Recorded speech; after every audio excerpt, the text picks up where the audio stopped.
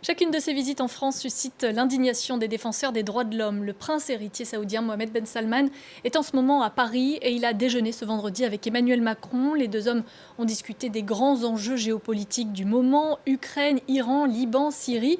Et ils ont très probablement fait l'impasse sur les 196 exécutions recensées en 2022 en Arabie Saoudite, un record depuis trop de temps. Alors faut-il en déduire pour autant que Mohamed Ben Salman est redevenu un interlocuteur comme un autre, que la France a oublié sa réputation sulfureuse et sanguinaire? Comment pactiser avec le diable sans le devenir soi-même? C'est avec vous, Georges Malbruno, que l'on va en parler. Bonsoir. Bonsoir. Vous êtes grand reporter au Figaro. En termes d'image, Emmanuel Macron sait bien qu'une poignée de main avec Mohamed Ben Salman, ce n'est pas vraiment ce qui se fait de mieux. Alors pourquoi le fait-il pour la deuxième fois en moins d'un an? C'est qu'il n'avait pas le choix? Probablement, mais en tout cas, c'est ce qu'il juge, et je pense qu'il a raison, que Mohamed bin Salman est un dirigeant incontournable. Il faut rappeler que l'Arabie Saoudite est membre du G20. Ça n'est pas n'importe quel pays. L'Arabie Saoudite aussi, on en parlera, s'est affranchie de ses alliances traditionnelles au plan diplomatique avec les Américains et veut jouer un rôle maintenant dans la cour des grands. On le voit au Moyen-Orient, en se rapprochant de l'Iran, de la Syrie, même sur le conflit ukraino-russe, l'Arabie a obtenu des libérations de prisonniers. Donc voilà, il y a le dossier des droits de l'homme. Emmanuel Macron a dû en parler à Mohamed bin Salman. Il y a encore beaucoup à faire. Mais la question, je dirais, aujourd'hui ne se pose plus parce qu'il a été réhabilité par tout le monde. Macron est allé le voir à Jeddah il y a 1 an et demi. Biden, son grand ennemi, entre guillemets, refusait de le rencontrer, est allé le voir aussi. Boris Johnson est allé le voir. Oui, voilà. Donc, effectivement, la réelle politique, elle conduit à ce genre de rencontre parce qu'on ne peut pas rester marginalisé un pays comme l'Arabie Saoudite pendant des années, quoi. Mais quel est l'intérêt de la France précisément de maintenir ses relations avec l'Arabie Saoudite? L'Arabie Continuer à avoir un poids bien sûr, au Moyen-Orient? Oui, non. L'Arabie Saoudite, historiquement, a été un allié diplomatique de la France et un client industriel. Le problème, ce qui se passe depuis quelques années, c'est que c'est un allié indocile. On le voit qui négocie, rapproche de l'Iran, qui se rapproche de la Chine, entre autres, et c'est un moins bon client parce que la France a perdu des positions, parce que l'économie française intéresse moins l'Arabie Saoudite, et donc, voilà, mais fondamentalement, c'est ça qui nous rapprochait.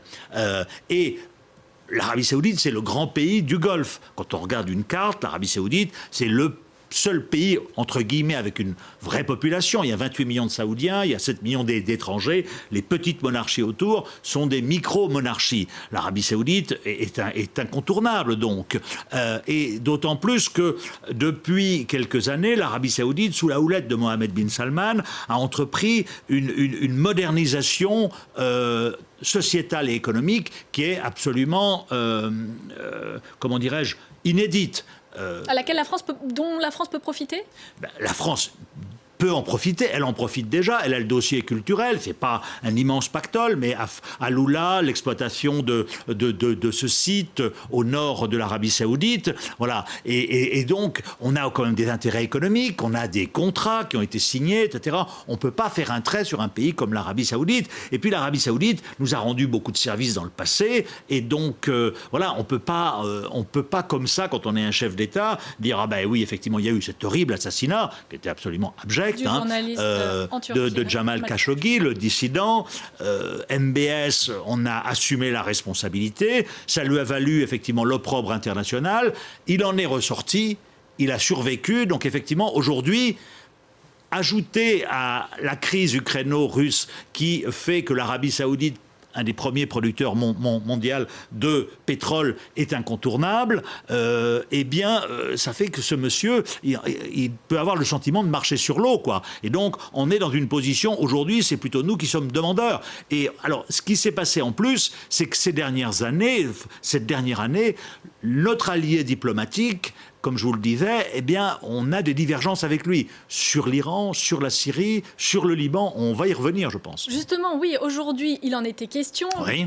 Emmanuel Macron était demandeur sur le dossier de la guerre en Ukraine, oui, sur le dossier libanais pour résoudre la crise tous les politique. dossiers. À ce stade, on n'a aucun communiqué nous disant ce qui s'est passé des discussions, ce qui est ressorti des discussions. C'est bon signe ou c'est mauvais signe? Je pense que c'est signe qu'il n'y a pas eu d'avancée extraordinaire, mais il ne fallait pas s'attendre à ce que sur ces dossiers-là, qui sont c'est des irritants nouveaux de cette relation, hein.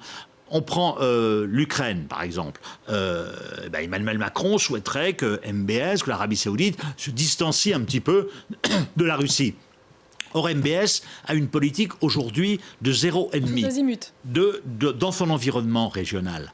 Et il veut jouer un rôle de médiateur. Il l'a déjà fait en Ukraine en permettant la libération d'un certain nombre de prisonniers de part et d'autre. Il a une bonne relation avec Poutine, donc ça m'étonnerait. On a vu que l'an dernier, il avait éconduit Joe Biden, qui était venu le voir pour lui demander de restreindre la production, ou plutôt d'accentuer la production de pétrole pour que les cours du baril ne montent pas et gênent pas les élections américaines.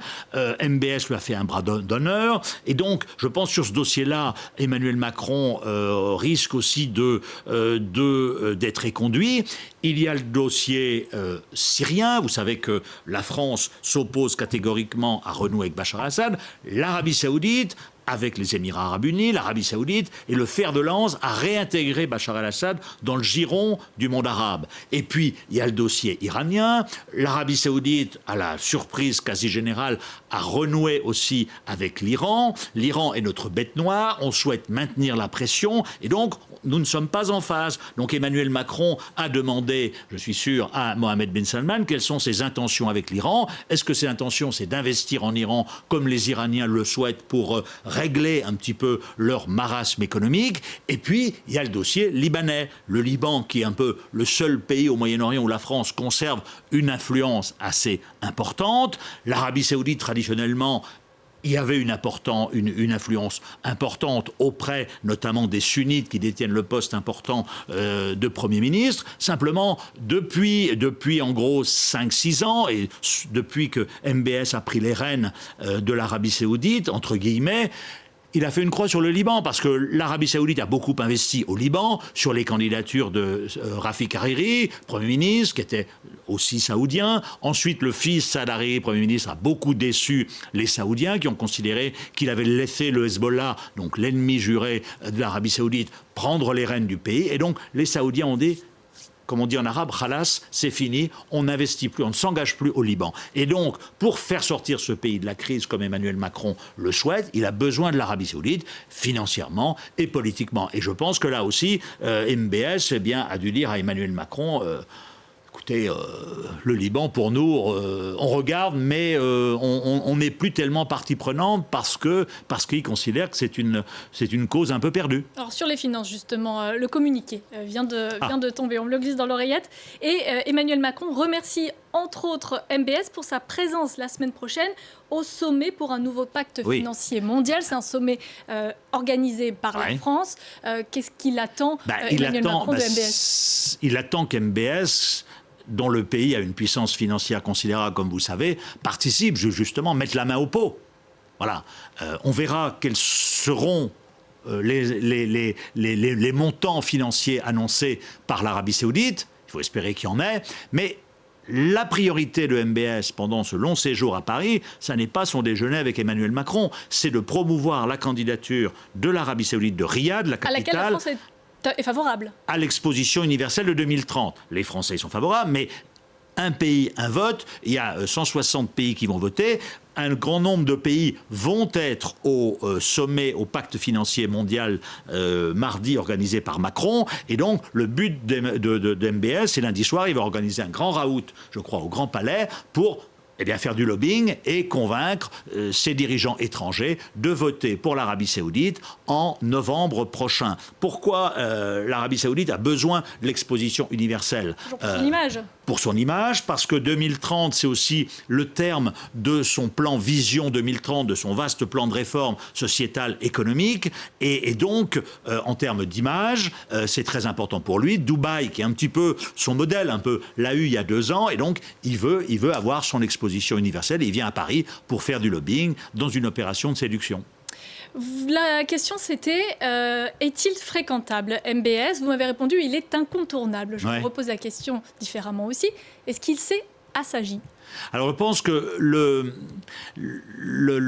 jeune prince héritier de 2015-2016 qui a engagé une guerre désastreuse au Yémen, qui disait à Jean-Yves Le Drian, justement ministre des Affaires étrangères ou de la Défense, même à l'époque je crois, s'il le faut, qui s'interrogeait un petit peu devant lui en disant mais est-ce que vous n'y allez pas un peu à la va-vite? Il disait s'il le faut, j'engagerai des Africains pour combattre au Yémen. C'est ce qu'il a fait. Je pense que le MBS impulsif de 2015, 2016, 2017, lorsqu'il a voulu aussi un petit peu, plus qu'un petit peu, presque envahir son voisin le Qatar, MBS ensuite qui a pris cette désastreuse décision, en tout cas qui a avalisé l'horrible assassinat de Jamal Khashoggi. Je pense qu'MBS a mûri un peu, c'est assagi.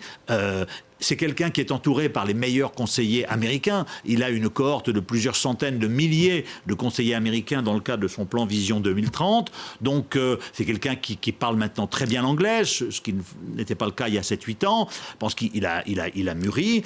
Mais il est partisan, MBS. C'est à la fois, c'est une espèce de Janus aux deux visages. Il y a le MBS réformateur. C'est vrai, quand on va en Arabie Saoudite, j'y suis allé pour la dernière fois en février, c'est un autre pays. Les femmes maintenant conduisent, travaillent, peuvent divorcer, n'ont plus besoin d'avoir l'accord de leur mari, de leur frère pour sortir du pays, etc. Donc, de ce point de vue-là, c'est un nouveau pays. La police religieuse a été marginalisée, les policiers religieux sont chez eux, ils n'embêtent plus la population. Économiquement, l'Arabie Saoudite a d'énormes moyens, et donc elle est lancée dans ces vastes programmes d'investissement qui ne peuvent qu'intéresser les pays étrangers. Tous les pays étrangers frappent à la porte de l'Arabie Saoudite. Donc, il y a ce MBS-là qui est réformateur, modernisateur, qui veut normaliser un petit peu ce pays qui était quand même un pays à part, parce que c'était les deux lieux les plus saints de l'islam sont abrités en Arabie Saoudite, etc. Bon, il y a ce côté positif, et puis il y a effectivement la zone d'ombre, c'est Khashoggi, c'est en même temps les exécutions, c'est en même temps qu'il donne le droit aux femmes de conduire, eh bien il en emprisonne d'autres parce qu'elles ont rédigé des tweets insignifiants. Donc c'est quelqu'un qui aujourd'hui ne veut absolument pas voir deux têtes dans la rangée. Et alors, la population, et notamment les jeunes qui constituent 60% de cette population, le soutiennent plutôt parce qu'elles voient qu'il y a une vision, qu'il y a des projets, et que, eh bien, il y a des divertissements aussi auxquels ils ont droit maintenant. Simplement, la question qui se posera tôt ou tard, c'est que son plan réforme 2030, qui consiste à faire passer l'Arabie Saoudite d'un État pétrolier rentier à un État post-pétrolier, est-ce qu'il pourra y avoir un plan 2030, une réussite de son plan, sans qu'il y ait une composante de libéralisation politique? C'est très bien que les jeunes puissent aller au concert, mais à un moment donné, il faudra qu'ils puissent ouvrir la bouche. Eh bien, ce sera l'objet d'une nouvelle question qui fâche. Merci à vous, Georges Malbruno, d'être venu sur le plateau de France 24. Restez avec nous, on se retrouve dans quelques minutes.